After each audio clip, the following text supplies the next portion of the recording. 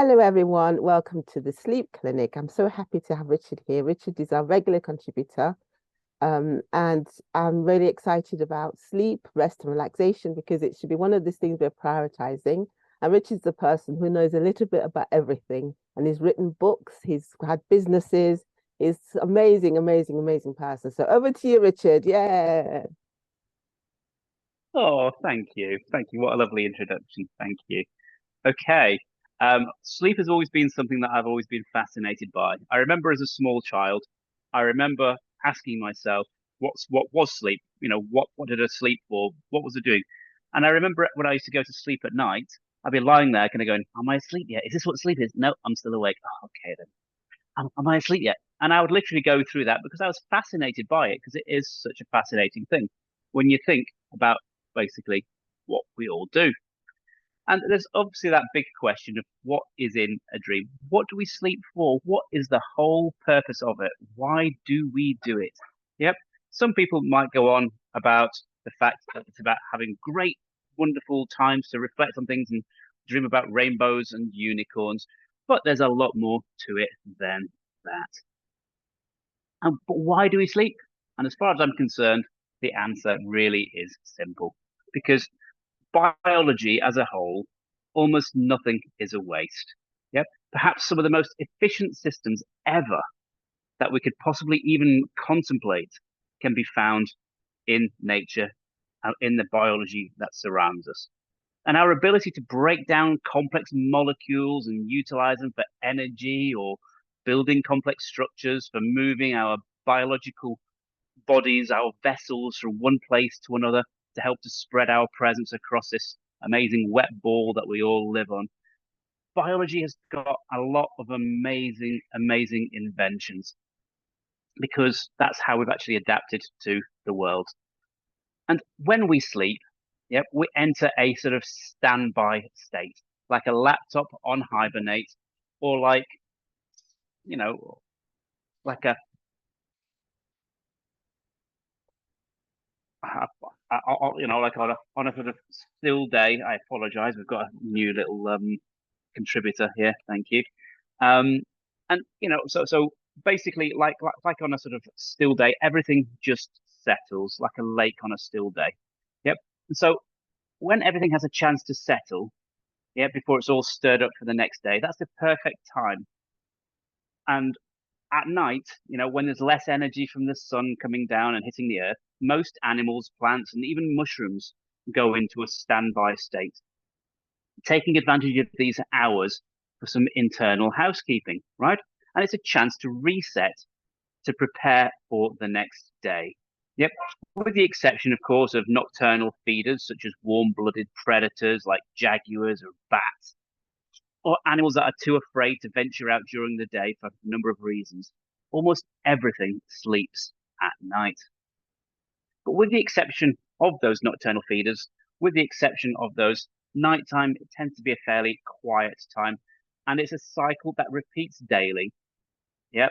And all living organisms, except those in the very deep oceans or those in the very north or south of the globe, where perpetual daylight or nighttime during the winter months or the summer months may require adaptations in behavior, all of us need to actually consider those daily cycles. And so this natural pattern that's been created by the Earth's orbit has driven the evolution of many living things, many living adaptations to take advantage of this darkened state, during which to perform a range of resets, recoveries, and repair activities. And so I will comment on the mammalian brain, if if you can see that slide actually popping up, which I'm not sure that you can. But the mammalian brain, thank you, the mammalian brain, which you'll find in everything from dogs, cats, whales, and so on. Thank you for that. Is an incredible thing. And give it a quick thumbs up if you can sort of see it says the mammalian brain on the screen. Yep, perfect. Okay, it's just my screen that's gone funny. Okay, so our brains are very, very, very complex. But quite frankly, there's an awful lot more to it. I don't know how she did that. That's amazing. And there's an awful lot more to our brains than just being able to physically move our muscles and do a bit of thinking and contemplating. Yep. Did you know that we actually have two brains? Yep. Not the two brains that some people think of. Yep. And technically, we could say that we actually have three brains. Thank you very much for this. This is a really good introduction, this one. We've got three brains, which include our enteric nervous system, with our guts actually having about 200 million neurons. Yeah, so that's right. We genuinely do have a gut reaction. And I'm having a gut reaction right now. But our heads actually have two brains, okay, with a total of about 86 billion brain cells. And we've all got about the same, give or take. Just some of us use them more than others, I guess. So remember that there's no special prize for ending our lives with a brain in pristine condition. One careful owner, barely used, low mileage, never taken above 2,000 revs. Let's see if we can actually get our brains working here today. And I'm not talking about the two brains being the left hemisphere and the right hemisphere, the two sides. I'm actually talking instead about our original brain, which was the one that all mammals had to begin with before we ended up with a second brain growing over the top of it called a neocortex, meaning new cortex. And this second brain is the thing that is absolutely incredible and unique to mammals. And so that's this second brain that's grown over the top like some sort of weird, almost cancerous growth has actually given us incredible capabilities in the way that we can think. And so even though we may well be nothing but mammals with our squidgy bodies and no exoskeleton, no external hard skeleton like a cockroach or like a turtle, we've actually got these squidgy bodies that have actually got to keep us alive. And the thing that actually helps us to survive is our brains, because our brains have actually grown to be so capable. But why are they different to other brains? And also, what's this got to do with sleep? I also hear you asking. That growth of the brain, if you can see on that little slide, the pink area, that's what a pretty regular brain would be like to a reptile or to a other animal that is not in the mammalian category. And so that anything which is in a different class entirely would have a brain that's sort of like that, or usually an awful lot smaller. And that big gray area that I've got on there on the top, that's this great big new neocortex that actually is capable of so much more. And given the fact that that pink area is also doing all of the bodily functions, making sure everything's functioning, making sure that we're storing this and doing that. And yeah, it just shows just what extra we've got, like an absolute bonus. And it's that bonus that makes all of the difference. So from the first ever mammal, which was a tiny shrew-like animal, that has given them a selective advantage in order to be able to help to find food better, to be able to respond better, to be able to work to actually interpret the behavior of others and predict what they do. But what has this got to do with sleep? So during the day, we have our blood. We don't have blood vessels in the brain themselves. We've actually got these tubules that run through the brain, which is why if you were to chop through a brain, there would be no blood from the brain itself. But there's all of this central nervous system fluid, which is really super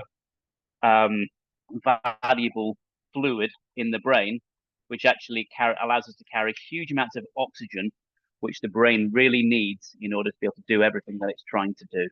It's a real oxygen consumer. So when we're talking about burning calories, the brain burns more calories than any other part of the body because of that need to actually use the oxygen that we breathe in to use all of those nutrients. It's a real consumer of energy. But during the day, we don't have blood vessels. We've actually got these tubules that go through the brain. So during the day, we build up toxins. And if you can see the little slides, I don't know if it's showing the slides. It seems to have dropped off my screen. It's gone off. Okay, bear with me one moment. because it really is super important to be able to sort of get to understand this.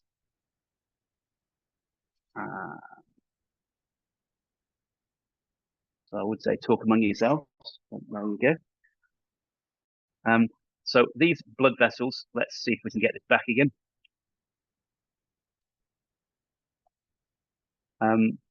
So these tubules during the day tend to grow, and there we are. There it's starting to happen there. If you can sort of see that.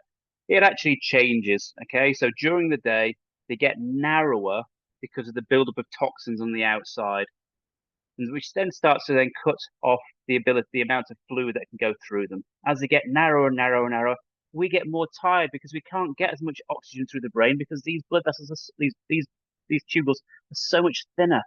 So without being able to carry as much oxygen, we get tired. And on the outsides of those, we build up toxins.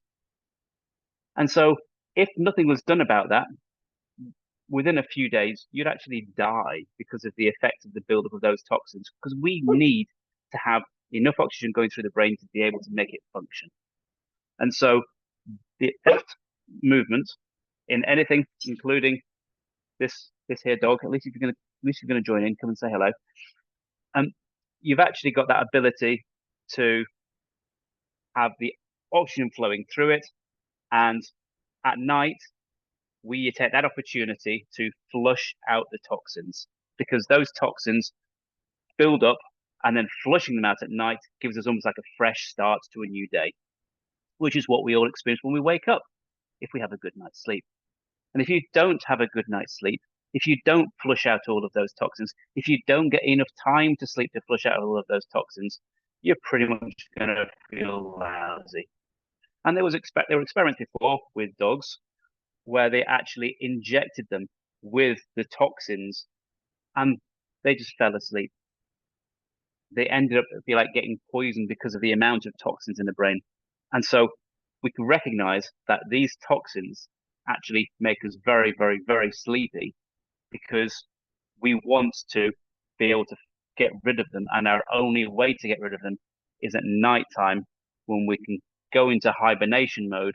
We can then flush out the backs of these vessels and then allow the vessels to then grow back so they can carry more oxygen when we wake up.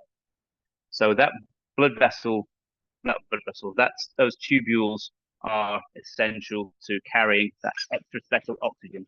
So without sleep, we wouldn't be able to detox. But detoxing is only one of the functions of sleep.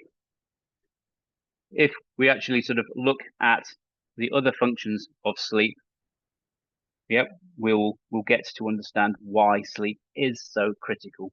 But back to the two brains and why I actually even mentioned that. Why mention that we've got two brains? Because we've got a slow decision-making center and a quick decision-making center in that pink area and the gray area.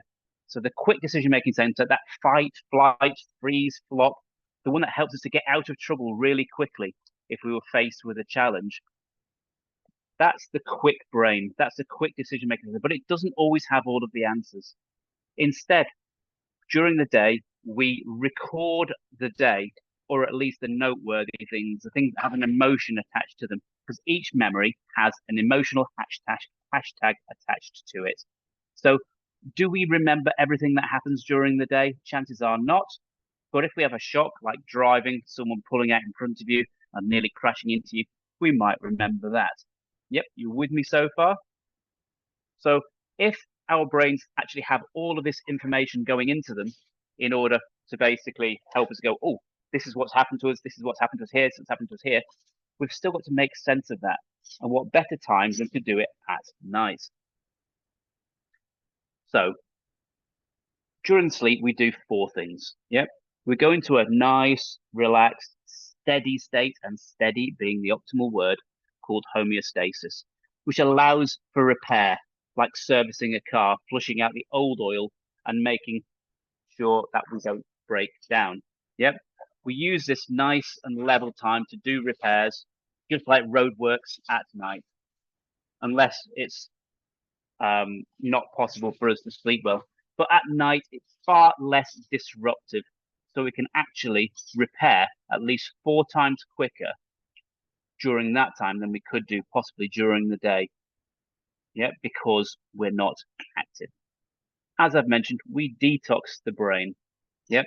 And we also replay our memories from the day and do our filing, trying to store related memories together by emotion. Because if we don't store them by emotion, yep, then it would be a bit of a muddle. What filing system would we use? And emotion is the way to do so.